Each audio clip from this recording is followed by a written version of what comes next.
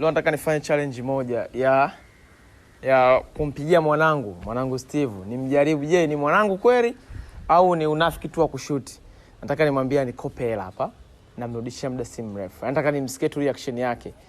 Kama ataniletea vipengele au atakuwa straight hivi. Mpigie Steve hapa. Koja hapa Steve. Ngalo vipi? Steve mweusi shwari? Kama kawaida, wapi hiyo? Nipo zangu Mgoba hapa hivi. Naambie mimi na Shawalami. Naambie. Unyama lakini. Wapi hiyo?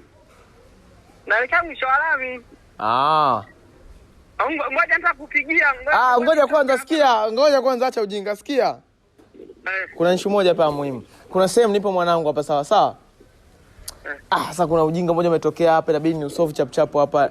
Sasa hapa sijatembea na kadi afu sina nani hapa kwenye hela kwenye simu. Hebu nitumie 1,000,000 afu jiona kurudishia.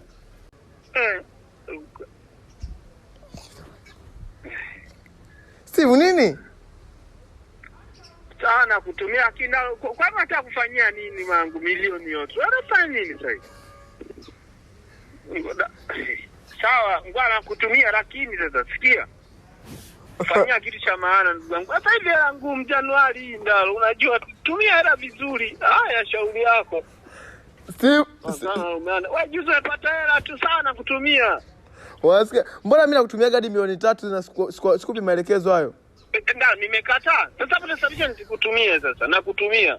Wanarudishia lini sasa? Unaona uelewe unanirudishia lini ndio baba kama Sikia.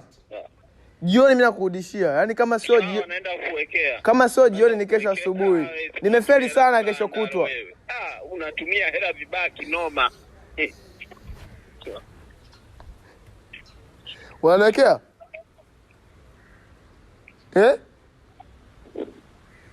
Steve.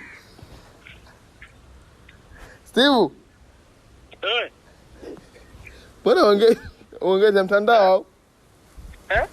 Mbona ongea mtandao unaniwekea? Naenda kuwekea sasa hivi. Namba gani hii? Ngoja usiweke kwanza na kutumia namba ya kuweka. Usiweke kwanza. Ngoja kutumia namba kwenye message. Yaani ukitumia namba inasoma jina la mwanamke tu. Na kutumia namba sasa hivi Steve, serious. Kwani wewe unataka kufanyia nini? Steve, serious ni issue serious. Alafu sio masiala. Na kutumia namba sasa hivi, sawa? Nikiongea naye muda mrefu anaweza kailisha huyu mpuuzi.